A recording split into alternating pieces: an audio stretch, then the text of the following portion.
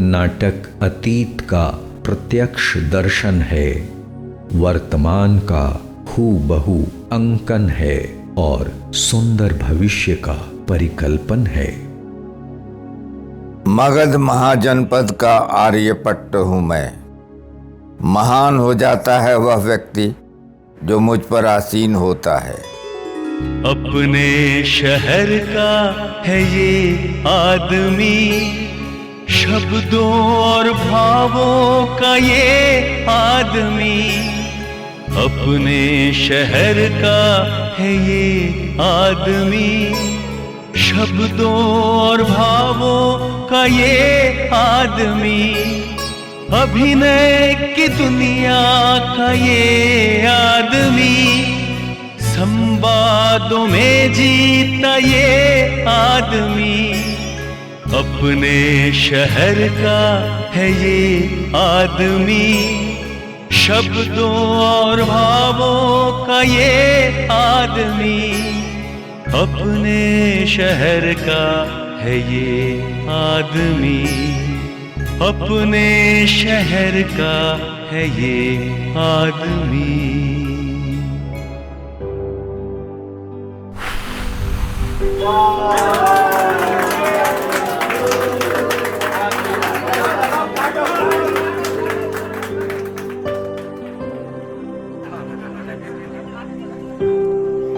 इस तरह हम सब ने अशोक पागल जी का 74वां जन्मदिवस 5 मई 2022 को उन्हीं के घर पर मनाया था।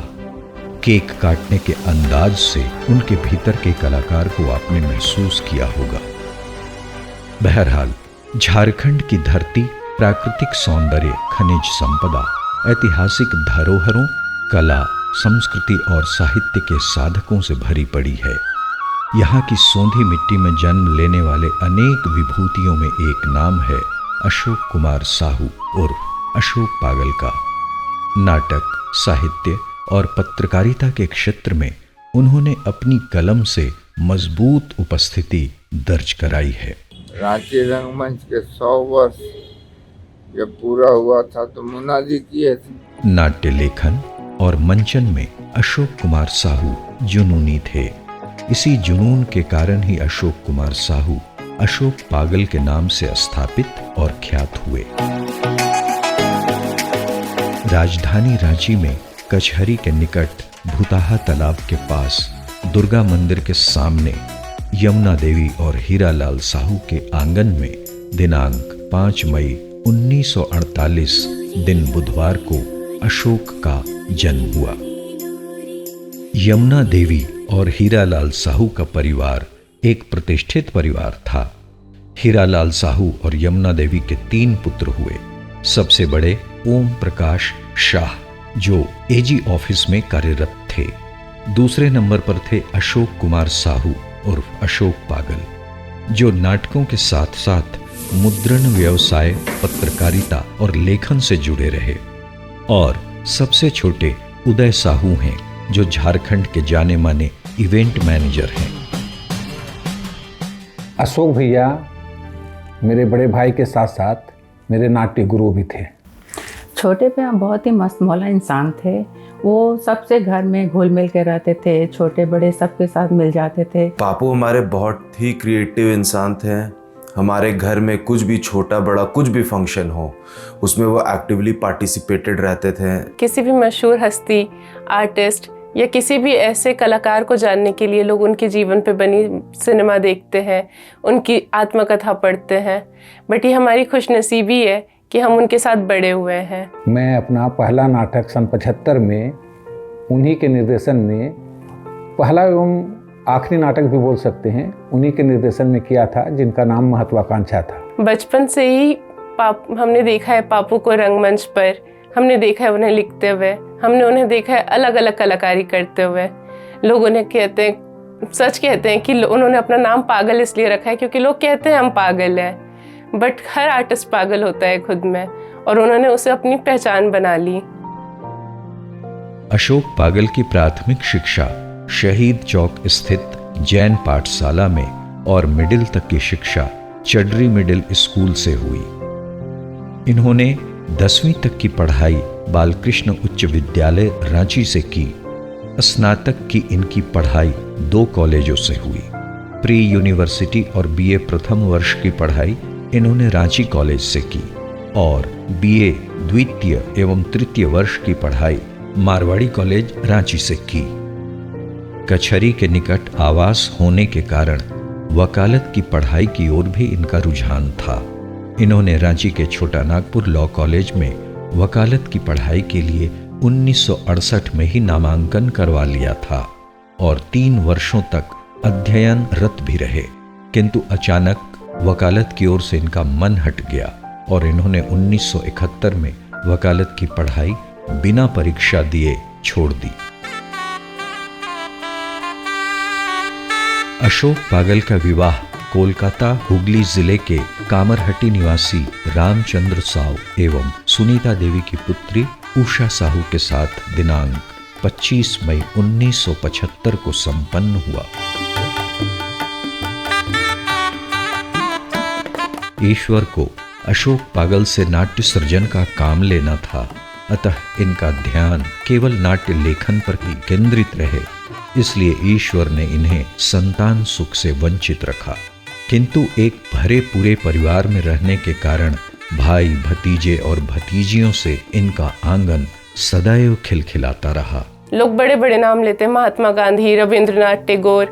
मेरे लिए तो मेरे महापुरुष मेरे 3 पिताजी हैं, मेरे बड़े पापा, मेरे पापा और मेरे छोटे पापा अशोक पागल। इन तीनों से ही मैंने अपने जीवन में हर चीज़ सीखा है। जॉइंट फैमिली रही हम लोगों की, तो काकू के साथ हम लोग बचपन से ही बहुत जुड़े हुए रहे थे और स्कूल टाइम में हमें याद है कि हम जब स्कूल जाते थे तो उस समय इतनी बसेस की सुविधा नहीं होती थी, तो उन्होंने एक गाड़ी छोटी से हमारे लिए ही खरीदी थी जिसमें हम बैठ के स्कूल जाया करते थे और वो हमको ले भी आया करते थे। काकू हम लोगों के साथ रहे, स्कूल ले जाते थे, छोड़ते थे, गार्जियन की तरह रहते थे। कभी कभी डांट भी देते थे। इधर जब बीमार हुए तो कभी कभी बोलते थे कुछ दवाई दो, प्रेशर बताओ, डॉक्टर से बात करो। मेरी बहन को जब वो छोटी थी तो बहुत शौक था कि 15 अगस्त 26 जनवरी को छत में फ्लैग होस्टिंग करें, तो वो उस छोटे से फंक्शन के लिए भी पापू अपने से ही एक पेज में ट्राई कलर का वो एक झंडा हमारा इंडियन फ्लैग बनाते थे, उसको बहुत अच्छे से डेकोरेट करके सारे घर को इकट्ठा करके वो फ्लैग होस्टिंग करवा के नेशनल एंथम करके, इनफैक्ट उसके बाद स्वीट्स, चॉकलेट्स वो सब भी डिस्ट्रीब्यूट करवाते थे और सबसे पहला स्वीट्स उन्हीं को मिलना चाहिए था। भाइयों ने भी नाटक में सहयोग के लिए इन्हें घरेलू और पारिवारिक दायित्वों से प्रायः मुक्त ही रखा। अशोक भैया जब भी कोई नाटक करते थे तो हमारा पूरा परिवार उनके सपोर्ट में खड़ा रहता था और उन पर कोई लोड हम लोग नहीं देते थे। उनका प्रेस का काम मैं संभाल लेता था। कभी कभी बीच में किताब कॉपी कुछ कमी होती थी तो बोलते थे ला करके दो, देखो वहाँ रखे हैं वहाँ से लेके आओ, फिर उनको बीच में हम ला करके देते थे। उसके बाद थोड़ा देर के बाद अब चाय पिला दो 1 कप और उसके बाद लिखते रहोगे। चाय लिखते समय मुंह में पान पकड़ लेते या खैनी रख लेते थे, कुछ नहीं बोलते थे। मुझे याद है मेरा बेटा जब पहली कक्षा में पढ़ता था उसे स्कूल में लक्ष्मण का रोल मिला था। हम सब बहुत टेंशन में कि कैसे उसे तैयार करें, कैसे उसे सजाएं, कहाँ से ड्रेस लाएं। फिर छोटे बहन ने कहा इतने टेंशन लेने की ज़रूरत नहीं है, मेरे पास बहुत जुगाड़ तंत्र है, मैं इतने अच्छे से तैयार कर दूंगा कि किसी को कुछ पता भी नहीं चलेगा। फिर उन्होंने अपने बक्से में से सब सामान निकाला, माला, ड्रेस वगैरह सब। फिर उन्होंने कहा कि कुछ चीज़ें मेरे पास हैं, कुछ चीज़ें घर में होती हैं, उन्हें निकाल लाओ। फिर उन्होंने कहा तुम्हारे पास दुपट्टा होगा, दुपट्टा ले आओ।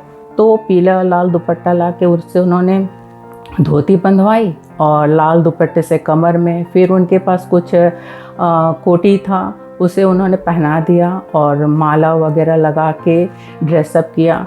फिर हुआ कि तीर कमान बनाना है तो वो धनुष भी बना लिए। फिर एक गुलदस्ता था आइसक्रीम के कोन के शेप में, तो उन्होंने कहा कि देखो ये फेंका हुआ सामान है, इससे मैं इसका तरकश बना देता हूँ। और वो उससे तरकश बना के इतने अच्छे से उसे तैयार किए कि स्कूल में उसे बेस्ट परफॉर्मेंस और बेस्ट ड्रेस का रोल मैंने अवार्ड मिला। फिर अपना बैठ के थोड़ा लिखते पढ़ते थे, वो हमको बताते थे रुको हम लिख रहे हैं, तुम सुनना ठीक लग रहा है कि नहीं। तो अपना जितना लिखते थे उतना हमको पढ़ के सुनाते थे। तो हम बोले कैसा लगा तुमको, मेरे जोर पर मत देना, अपना ध्यान दो कि कैसा लगा तुमको। हमने नहीं, बहुत अच्छा पढ़े आप, इतना अच्छा ना, सुनने में अच्छा लग रहा है, और आप तो लिख भी रहे हैं, बोल भी रहे हैं। कहते हैं सच्चा कलाकार केवल अपने मन की सुनता है। अपने मनमौजी स्वभाव के कारण इन्होंने अपनी कई प्राइवेट नौकरियां छोड़ी। अशोक पागल के साथ मेरा बचपन बीता है और हम लोग साथ ही स्कूल में भी और कॉलेज में भी पढ़े हैं।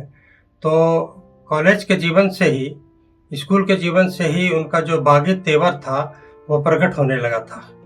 एक प्रतिष्ठान में वो काम करते थे और उनके मालिक मदिरा पान उनका रोज का काम था, तो इन्हीं के हाथों से वो मतलब कि बोतल मंगवाते थे। तो अशोक पागल के मन में यह विचार आया कि भाई हम लोग 1 महीने तक पूरा काम करते हैं, तभी एक बोतल का दाम नहीं मिलता है, तो ये विरोधाभास, ये असमानता, उसके विरोध में ही उनका मतलब कि मन जो है सो गुस्से से पागल हो गए वो, और उन्होंने वहाँ काम छोड़ दिया। नौकरी छोड़ने के बाद इन्होंने रोजी रोटी के लिए मुद्रण व्यवसाय शुरू किया और अपने घर में ही सुकृत प्रेस के नाम से एक छापाखाना खोला। बाहरी व्यावसायिक छपाई के साथ साथ वे स्वरचित कविताओं, नाटकों और अन्य शोध आलेखों की भी छपाई कर लिया करते थे। इनकी लेखनी से कविताएं, नाटक, शोधालेख आदि रचनाओं के अतिरिक्त कई पत्र पत्रिकाओं के संपादन कार्य भी हुए। रांची से प्रकाशित लोकप्रिय दैनिक रांची एक्सप्रेस में भी काफी दिनों तक इन्होंने प्रूफ रीडिंग और लेखन का कार्य किया। किसी भी कार्य को वे पूरे परफेक्शन के साथ किया करते थे। एक बार डॉक्टर रामदयाल मुंडा ने एक पंक्ति में एक टिप्पणी की थी, वो मेरे दिमाग में घुमड़ती रहती है। उन्होंने कहा था कि अशोक पागल जी का प्रेस तो छोटा है, लेकिन यहाँ काम बड़े बड़े होते हैं। बीपी केसरी किताबें सारी की सारी उन्होंने छापी थी। अपनी कविता पुस्तकें, नाटक की पुस्तकें, अब उनको सुविधा ये थी अपने ही प्रेस में उसका रफ मैन्युस्क्रिप्ट भी वो प्रिंट कर लेते थे। और फिर 1 बार 2 बार बहुत परफेक्शनिस्ट थे, हथकचरे में वो कोई चीज़ छोड़ते ही नहीं थे। कि अशोक पागल के साथ जो लंबा अरसा गुजरा, दोस्ती का, सहयोग का और अपनापे का, और एक पेशे से जुड़े हुए सहकर्मी का, तो उसकी याद उस समय से शुरू होती है जब उन्होंने सुकृत प्रेस की स्थापना की थी। और सारी किताबें उनकी कृपा, सारी पुस्तकें मेरे पास कहीं न कहीं होंगी। क्या छपाई! पहले उनका पहला कविता संग्रह मुखर वो उन्होंने मुझको दिया था, मेरे यहाँ कहीं वो किताब पड़ी होगी। और जब रांची एक्सप्रेस से वो अलग हुए, प्रतिष्ठान ने उनको संसाधन और मशीन सुलभ कराई, तो अपने ढंग से जब काम करने लगे, तो पहली मुलाकात में शुरू की बातों में चर्चा प्रेस की सामान, व्यवस्था, बेहतर प्रोडक्टिविटी वगैरह की होती थी। कई बार मुझे लगता है, आज सोचता हूँ कि इतने सारे प्रतिष्ठित साहित्यकार शहर के, उनके इस छोटे से प्रेस में, जबकि उनकी उम्र उन लोगों से कम ही रही होगी, तो फिर वो क्यों वहाँ आते थे? क्या सिर्फ अपनी किताबों का प्रकाशन कराने के लिए? ये उनके व्यक्तित्व का एक ऐसा पहलू है जो हमेशा मुझे चमत्कृत करता रहा। और मैं शहर के बीच में वो प्रतिष्ठान होने की वजह से और अशोक जी के मैत्रीपूर्ण आवभगत की वजह से हफ्ते में कम से कम 3 दिन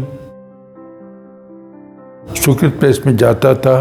और मज़े की बात कि कंप्यूटर पर सारी टाइपिंग वो खुद करते थे, उन्होंने खुद टाइप किया। और वही जो मैंने परफेक्शनिस्ट होने की बात कही, उन्होंने मुझसे कहा कि आपको आके बैठना होगा। उस प्रेस ने हम दोनों को जोड़ने का बड़ा अवसर दिया। नाटकों के लिए जुनून ने अशोक कुमार साहू को अशोक पागल बना दिया। दुनिया उन्हें नाटकों के लिए पागल समझती है, लेकिन पागल होने के तो कई अर्थ निकल आते हैं। अशोक जी की सबसे बड़ी खासियत ये थी कि वो अपने आप पर हंसना जानते थे। अपने पागल उपनाम के बारे में वो बताया करते थे कि जब वो कॉलेज में पढ़ते थे तो खूब हंसोड़ किस्म के आदमी थे। हास्य उनको प्रकृति ने जन्म से ही दिया था और वो उसी तरह से जीवन में हंसते गाते मौज मस्ती में रहते थे और इसी के चलते वहाँ उनके साथी उनको पगलवा पगलवा कहने लग गए। अशोक जी कहते थे कि मेरे नाम से कोई हमको नहीं जानता था, पगलवा के नाम से हमें जानते थे लोग। और फिर उन्होंने अपने आप में पागल शब्द जोड़ दिया। सचमुच वो पागल ही था। मैं तब 10-12 साल का हुआ करता हूँगा। वो घर आया करते थे, बाहर प्रेस में पापा और वो बैठा करते थे। कई दफ़े माँ भी हुआ करती थी साथ। और एक तेज हंसी, तेज ठहाका मेरे कान में पड़ता। मैंने बाद में पापा से पूछा कि ये इतनी तेज हंसी कौन हंसता है? तो पापा ने बताया अशोक पागल। बोले अच्छा पागल? तो पापा ने कहा अर्थ पता है इसका? मैंने कहा नहीं पता है, पागल तो पागल होता है। पापा ने तब बताया पागल का मतलब है रस में डूबा हुआ। हम जब स्कूल में पढ़ते थे तो बहुत शर्मीले थे, बहुत माने इंट्रोवर्ट बोलिए, और हमेशा माने किस बोलने में चाहे किसी चीज़ में पार्टिसिपेट करने में बहुत संकोची थे। लेकिन जैसे ही कॉलेज में एडमिशन लिए वो मेरा कैरेक्टर बहुत बदल गया, एकदम घड़ी के पेंडुलम की तरह इस कोने से उस कोने तक। तो हम माने जितना इंट्रोवर्ट थे उतना एक्सट्रोवर्ट हो गए और पूरे कॉलेज में एक तरह से जोकरी करने में बड़ा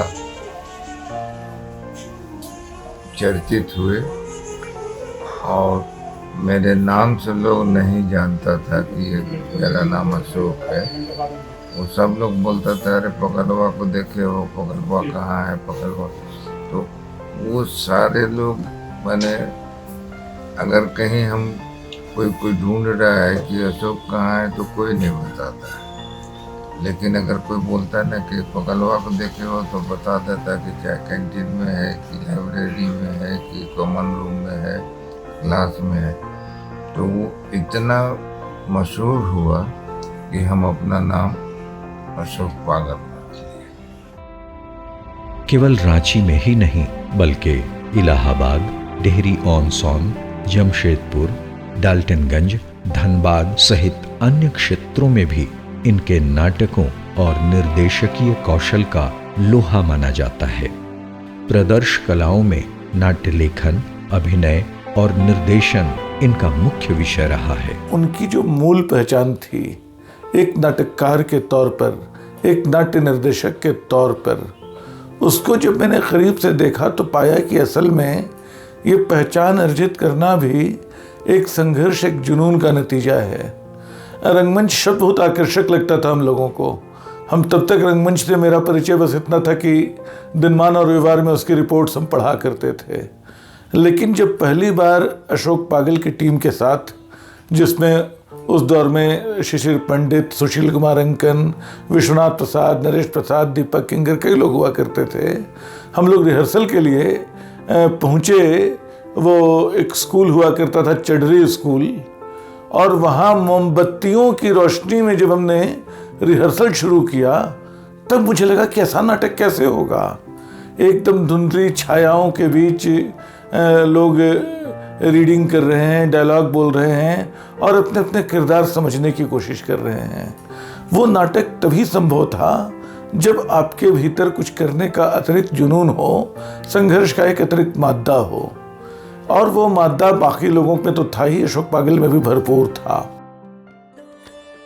नाटकों के प्रति समर्पण के कारण ही इन्होंने 1961 में नंदलाल शर्मा, रामचंद्र वर्मा और कुलदीप सिंह दीपक द्वारा रांची में स्थापित सांस्कृतिक संस्था जन जागृति संगम की सदस्यता ली थी। जन जागृति संगम शुरू में केवल सरस्वती पूजा करने वाली संस्था थी, किंतु बाद में वह संगीत की संस्था में तब्दील हो गई।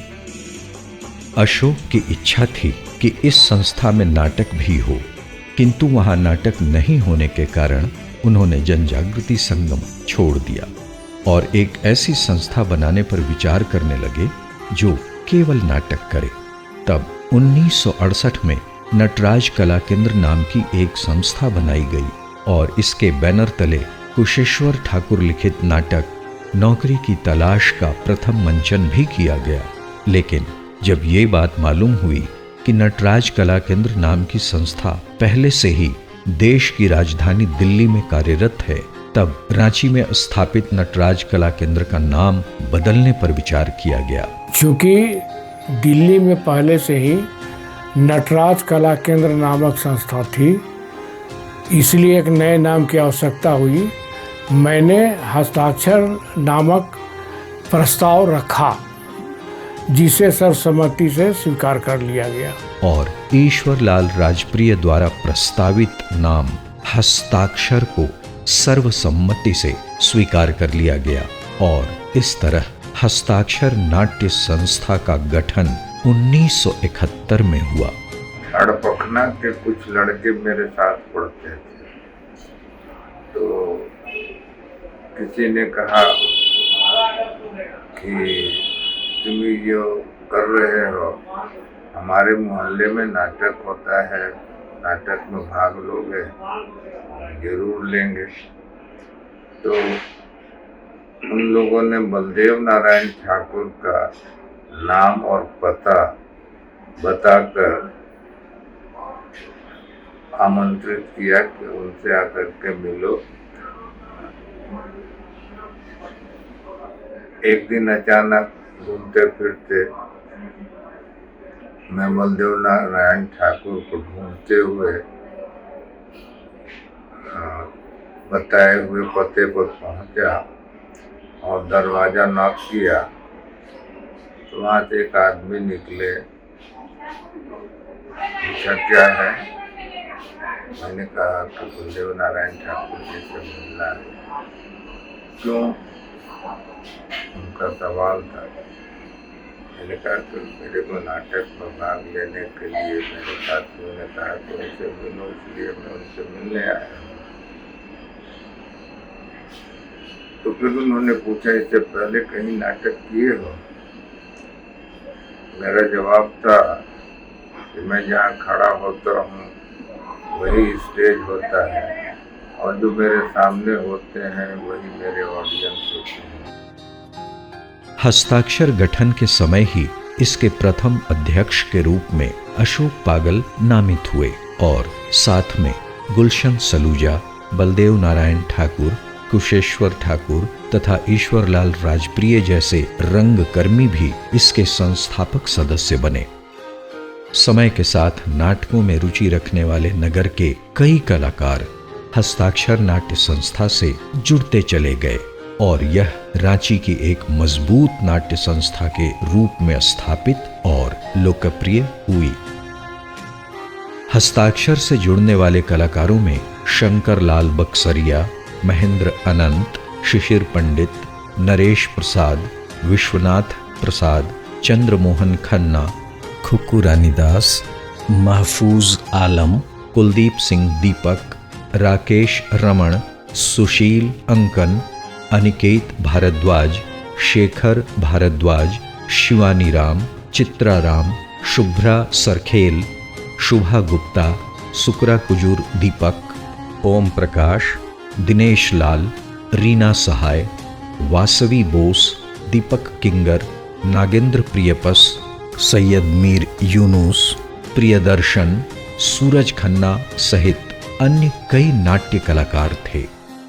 अशोक पागल से मेरी पहली मुलाकात वर्ष 1969 में बलदेव नारायण ठाकुर के द्वारा निर्देशित प्रहसन डॉक्टर की मुसीबत के मंचन के दौरान हुई थी। अशोक जी को मैं पिछले करीब 40-45 सालों से जान रहा हूँ और उसके आधार पर मैं कह सकता हूँ कि उनमें एक जुनून है भीड़ से अलग दिखने का, भीड़ से अलग कुछ करने का। और ये बात आप महसूस कर सकते हैं उनके नाम से, उनके पहनावे से। अशोक जी से मेरी पहली मुलाकात 1976 में कुशेश्वर ठाकुर जी, जो एक प्रबुद्ध साहित्यकार के साथ लेखक भी थे, उन्होंने ही करवाया था। अशोक जी सिर्फ अशोक जी भाई साहब नहीं थे, मेरे गार्जियन थे, मेरे गुरु थे। उनसे मैंने छोटा छोटा सब इस चीज़, जो छोटा छोटा बारीकियाँ होती हैं, उन्हीं से सीखा। नाटक कैसे की जाती है, नाटक को कैसा करना चाहिए, कैसा बोलना चाहिए, कैसे हंसना चाहिए, कैसा रोना चाहिए, ये सारी चीज़ें, ये सारी बारीकियाँ मैं श्री अशोक पागल जी से ही सीखी। अशोक भाई से मेरी पहली मुलाकात शायद 77 में हुई थी, जब मैं सेंट जेवियर्स कॉलेज में पढ़ता था। वहीं कॉलेज के मंच पर कई नाटक कर रहा था। उसी दौरान किसी दोस्त के साथ में मैं इनसे मिला था। अशोक भैया से मेरी पहली मुलाकात एक यादगार मुलाकात थी। नाटक में काफ़ी रुचि होने के कारण जब मैं उसके प्रभाव में उनसे मिलने के लिए पहुंचा, वो अपने प्रेस में थे और सादे रंग की लुंगी और सेंडो गंजी में बाइंडिंग का काम कर रहे थे। और मुझे लगा ही नहीं कि यही अशोक पागल होंगे। मैंने उनसे पूछा कि अशोक पागल मिलेंगे क्या, तो वही गंभीर हाँ बोलिए। हस्ताक्षर के स्थापना काल से ही मेरा संपर्क अशोक जी से रहा। चूँकि मेरी अभिरुचि पेंटिंग और फोटोग्राफी में थी, तो अशोक जी ने मुझे काफ़ी प्रेरित किया और मेरी एक प्रदर्शनी मैकोन में लगाई और साथ में ही हस्ताक्षर द्वारा नाटक का मंचन हुआ, कैनवास की मौत। अशोक जी से बराबर मुलाकात होती थी और कभी मेरे यहाँ भी उनकी बैठक होती थी और मुझे हमेशा पेंटिंग के बारे में, एग्जीबिशन लगाने के बारे में प्रेरित करते रहते थे। वो मुझे आज भी बहुत याद आता है उनका ये प्रेरणा कि मैं इतना आगे बढ़ा और मुझ में मतलब इतनी हिम्मत आई और मैं पहली बार एग्जीबिशन लगा पाया, चूँकि अशोक जी का साथ रहा। अशोक जी से मेरी पहली मुलाकात 1972 में हुई। रेडियो में भी हम लोग मिलते रहे। रेडियो में उनके नाटक होते थे, या तो लिखित रूप से या फिर वो एज एन एक्टर वो आते थे, तो वहाँ भी मुलाकात, रेडियो में भी मुलाकात होती थी। अशोक जी से मेरा रिश्ता पारिवारिक था, व्यक्तिगत था, साहित्यिक रूप से था, रंगमंच के जरिए था। तो मैं ये कहना चाहूँगा कि उनसे मेरा बहुत ही अंतरंग और प्यारा रिश्ता था। रांची रंगमंच के प्रायः सभी समकालीन रंगकर्मियों के संबंध अशोक पागल से थे। रंगमंच और नाटक से जुड़ी जानकारियों के लिए अशोक पागल एक इनसाइक्लोपीडिया थे। रांची रंगमंच की कहानी उनकी जुबान में बसती थी। पहले प्रायश्चित हुआ, फिर नौकरी की तलाश हुआ और अदालत तो मैंने हम लोग हस्ताक्षर का पहला नाटक, और नौकरी की तलाश जो है वो ठड़पखना का आखिरी नाटक। रांची रंगमंच के अधिकांश पुराने रंगकर्मी अशोक पागल से कुछ न कुछ सीखा ही है, इसीलिए तो उन्हें नाट्य गुरु भी माना जाता है। और वो पहली बार रांची रंगमंच में मैंने इसके पहले कॉमेडी होता था। कॉमेडी भी बहुत खराब ढंग का कॉमेडी होता था, लेकिन धीरे धीरे प्रायश्चित जैसा नाटक जब हुआ वो भी हिट हो गया, तब हस्ताक्षर की कल्पना बनने लगी कि नहीं, अब नाटक किया जा सकता है, ग्रुप बनाया जा सकता है। अशोक पागल की लेखनी ने बहुत सारे नाटक दिए। उनमें सागर तट की नदी, वह एक जिंदा आदमी था, कोहरे के बीच, पूस की रात, प्रेस का भूत, बांसुरी वाला, अलादीन का चिराग, संगी, निपटारा, बूढ़ा अम्बा, बलिदान और पुल टूट गया, जिंदा भूत, अवांछित, विषपान, कहाँ हो परशुराम, श्रुति रंग, ओह नौरी, फसाद की जड़, अमीवा, महत्वाकांक्षा, नावा इंजोर, लाल पान का बादशाह, उड़नबाज घोड़ा और बिंबिसार आदि मुख्य हैं।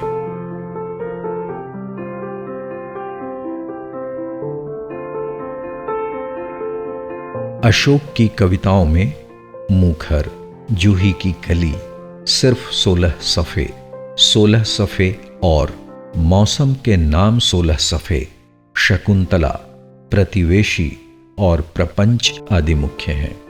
नाटक और कविताओं के अतिरिक्त इन्होंने नाट्य विधा पर आधारित त्रैमासिक पत्रिका नाट्यवृत्ति, कविताओं पर आधारित अनियतकालीन पत्रिका निर्झरनी का संपादन भी किया। रांची एक्सप्रेस के संस्थापक एवं समाज सेवी सीताराम मारू स्मृति ग्रंथ में भी सहयोगी संपादक रहे। इन्होंने झारखंड के इतिहास पर शोध करते हुए पुरातत्व और इतिहास की झारखंडी धरोहर नामक पुस्तक का भी लेखन किया। आकाशवाणी और दूरदर्शन के नाटकों में भी अशोक पागल का बराबरी का दखल था। आकाशवाणी से वे 1970 से जुड़े। आकाशवाणी के लिए उन्होंने कई नाटक लिखे और कई नाटकों में अभिनय भी किया। उनके लिखे कई नाटकों के प्रसारण रेडियो के लोकप्रिय कार्यक्रम हवा महल में भी हुए। कि उनके न जाने कितने नाटक हमने भेजे हैं, नाम तो नहीं गिना सकता, लेकिन बहुत सारे नाटकों का प्रसारण आकाशवाणी विविध भारती में हवा महल में बहुत सारे नाटकों का प्रसारण हुआ है। आकाशवाणी के जयपुर केंद्र के द्वारा जब इनका एक नाटक फसाद की जड़ का मंचन हुआ तो लोग अशोक पागल के दीवाने हो गए। अशोक कुमार जी बहुत ही बेजोड़ हास्य लेखक थे। आम जिंदगी में भी उनसे जब कभी भी बातचीत कीजिए तो हास्य के फुहारे निकला करते थे या निकाला करते थे। वो जानते थे कि हास्य की उत्पत्ति कैसे होती है। दूरदर्शन के कई नाटकों और टेलीफिल्मों में भी उन्होंने अभिनय किया। दूरदर्शन के नाटकों में काम उन्होंने कम किया, लेकिन संपर्क ज़्यादा रहा, बातचीत ज़्यादा होती रही। मैंने एक नाटक डॉक्टर श्रवण कुमार गोस्वामी का एक मुट्ठी भात में मैंने उनको एक विलेन का रोल दिया, तो बल्कि बोले भी उन्होंने कि आपने रोल भी दिया तो विलेन का रोल दिया। तो मैंने कहा अशोक जी अभी तो विलेन के तरह आप लग रहे हैं, विलेन का ही रोल करिए, बढ़िया है। संभवतः पहली बार रांची में बिरसा भगवान पर आधारित फिल्म बनी थी भगवान बिरसा, जिसे दिल्ली की टीम आई थी, रमेश निषाद जी की पूरी टीम, और उन्होंने यहाँ इस फिल्म को बनाया। खूंटी में इसकी शूटिंग हुई थी और उनके साथ मैंने काम किया था। इस फिल्म में बिरसा की माँ का कैरेक्टर चरित्र निभाया था। आकाशवाणी और दूरदर्शन के अतिरिक्त कई अन्य धारावाहिकों, टेलीफिल्मों, लघु फिल्मों के साथ कॉमर्शियल फिल्मों में भी इनकी उपस्थिति नजर आती है। Telefilm a day in free India, Birsa, TV धारावाहिक गुमनाम कुर्बानियाँ, कहानी किस्मत की, नागपुरी फीचर फिल्म प्यार तो होए गेलक, हिंदी फीचर फिल्म अजब सिंह की गजब कहानी आदि में इनकी छोटी बड़ी भूमिकाएं थी। विकास पदाधिकारी भी कोई छोटा अफसर नहीं होता। भोज का इंतजाम कीजिए, चलते हैं, नमस्ते। वो विलक्षण है, वो बिल्कुल विलक्षण है। अपने समय से काफ़ी आगे के साहित्यकार, नाटककार, सब कुछ, क्योंकि पूरे देश में अमीबा जैसा प्रयोगधर्मी नाटक शायद फिर दोबारा किसी ने वैसा प्रयोग नहीं किया। विचारों को विचार की तरह मंचित करने का प्रयोग, इतनी बड़ी सोच, इतने आगे की सोच बहुत कम लोगों में आई होगी, और ये अशोक भैया में है। उन्होंने किया, इसको मूर्त रूप भी दिया। मैं इनके नज़रिए से बहुत प्रभावित था। हर चीज़ को एक नए तरीके से देखने की इनकी जो ललक है, जो चाहत है, जो इनके नाटकों में भी दिखता है।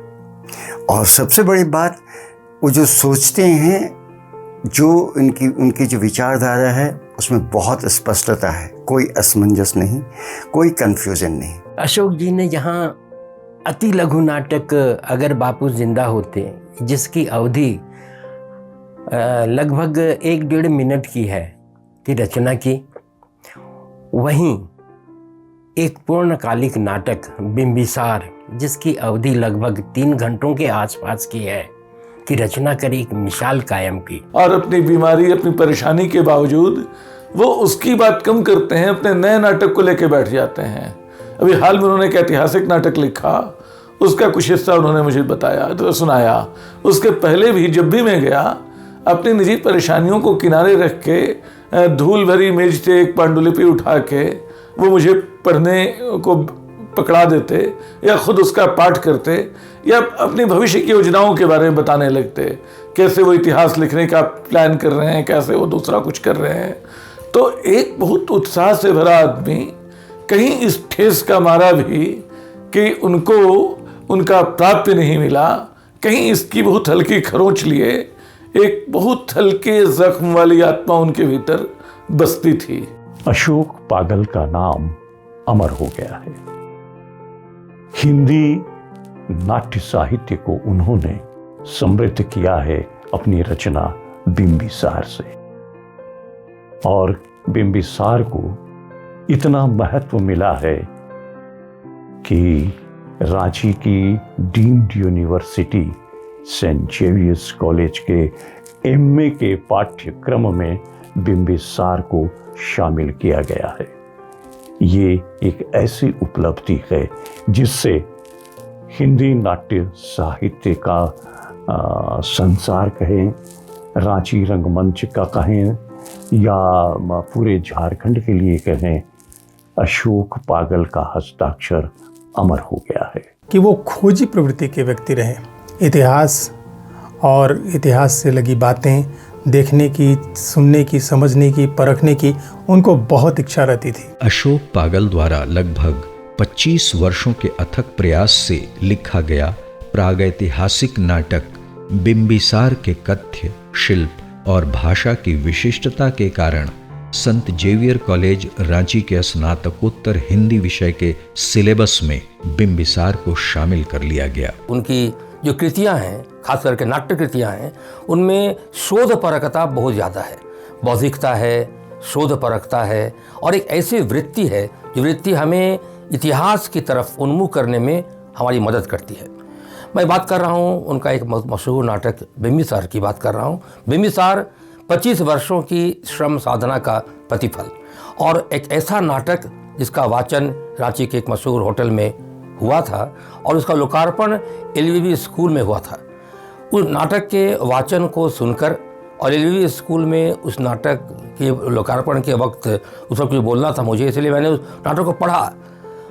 दोनों स्थितियों में मेरे मन में बात आई कि अशोक पागल को पत्थरों के टुकड़े और सिक्के जमा करने का शौक था। जब जाती थी उनके घर तो देखती थी कई तरह के पत्थर वहाँ जमा किए हुए हैं, कहाँ कहाँ से लाकर उन्होंने इकट्ठे किए हैं। कई तरह के सिक्के वहाँ हैं। वो कहीं भी जाते थे, मंदिरों में या खंडहर कोई और जगह भी, तो वहाँ से वो पत्थर उठा के लाते थे और अपने ड्राइंग रूम में रखते थे। उन्हें पता नहीं इन पत्थरों से भी बहुत प्रेम था। उन्होंने अपने घर में पुराने सिक्कों और अलग अलग जगहों से लाए गए पत्थर के टुकड़ों को सजा कर रखा था। वो खाने पीने का बहुत शौकीन थे। उनको धुसका, पकौड़ी, चाय बहुत पसंद था। दिन भर में उनको 20 कप भी चाय मिले तो वो पी लेते थे। उन्हें झारखंडी व्यंजन के स्वाद लेने का भी काफी शौक था। ज्यादातर तले हुए व्यंजनों में पकौड़ी, बर्रा, धुसका आदि उनका प्रिय था। जो यहाँ बर्रा, धुसका जो मिलता है खाने को वो बहुत पसंद करते थे, उन्हें बहुत अच्छा लगता था। पहनावे के बारे में मैं कहना चाहता हूँ कि अगर आप ध्यान दें तो वो जो कुर्ता पहनते हैं वो शायद ही कोई आप दूसरा पीस आपको कहीं शहर पे या दूसरे शहरों में देखने को मिलेगा। मज़े की बात है कि उनकी डिजाइनिंग वो खुद करते हैं। अशोक जी की एक विशिष्टता ये भी रही थी कि वे अपने कुर्ते का डिजाइन खुद तैयार करते थे और किसी दर्जी से सिलवा लिया करते थे। उनके पास 100 से भी अधिक प्रिंटेड कुर्ते थे जो विभिन्न अवसरों और कार्यक्रमों में वे पहनकर जाया करते थे।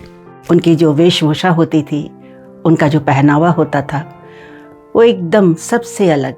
वो दूर से ही पता लग जाता था कि वो अशोक जी आ रहे हैं, क्योंकि उनका पहनावा भी कुछ अजीब सा था।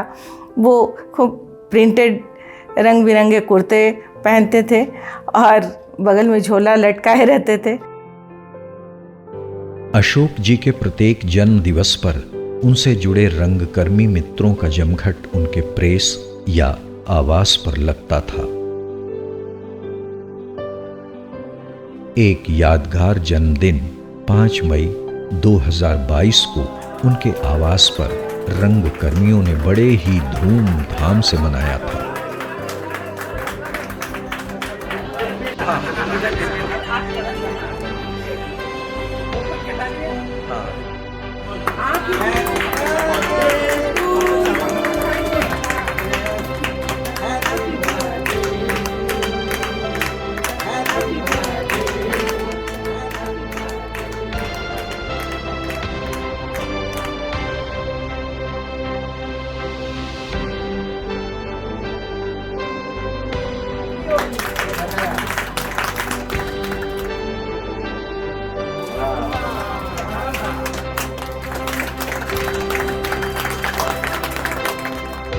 प्रिय मित्र, श्री अशोक पागल को उनके जन्म दिवस के अमृत महोत्सव पर उन्हें चिर स्मृति चिन्ह प्रदान कर मैं गौरवान्वित हूँ।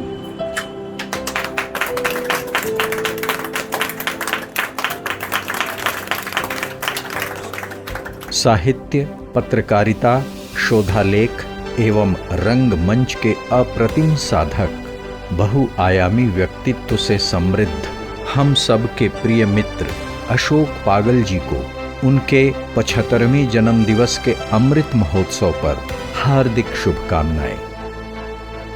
ईश्वर से हम सब आपके दीर्घ जीवन और स्वास्थ्य की कामना करते हैं। धन्यवाद।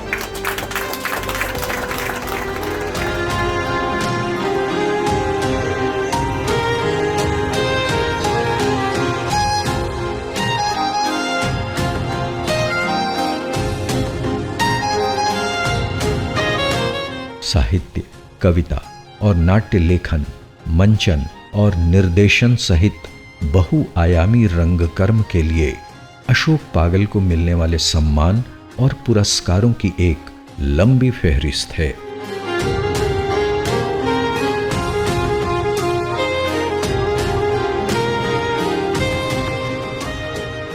(1978) में बिहार जेसीज द्वारा outstanding young person of the year award, रंगमंच विशिष्ट सेवा सम्मान 1990 में रंग दर्पण द्वारा, झारखंड राज्य के 7वें स्थापना दिवस पर झारखंड सरकार द्वारा राजकीय सम्मान 15 नवंबर 2007 में, 2007 में ही सोनू प्रभा सम्मान, झारखंड रत्न सम्मान 2010 में, साहित्य शिरोमणि सम्मान 2011 में, दूरदर्शन के स्थापना दिवस पर दूरदर्शन सम्मान 15 सितंबर 2011 में, दिवज्योत वाक साहित्य सम्मान कोलकाता, मासूम आर्ट द्वारा प्रदत्त स्वर्गीय ज्योति प्रकाश रंगश्री सम्मान 2017 में, बहुभाषी कवि ब्रजेंद्र मोहन स्मृति सम्मान 2017 में, झारखंड एक्सलेंस अवार्ड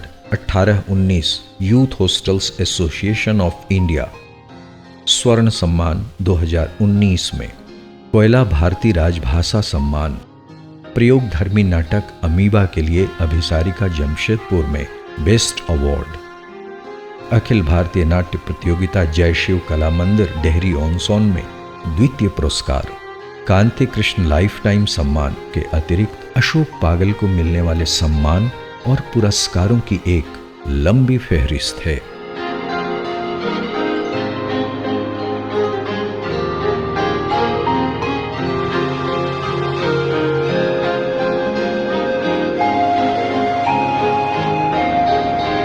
अशोक पागल हमेशा कहा करते थे कि मातृ ऋण, पितृ ऋण, देव ऋण की तरह माटी का ऋण भी होता है जिसे प्रत्येक व्यक्ति को चुकाना चाहिए।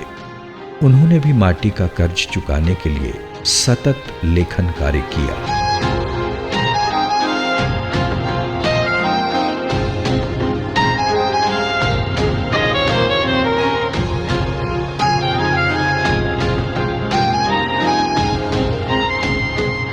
विगत कुछ वर्षों से अशोक पागल अस्वस्थ चल रहे थे।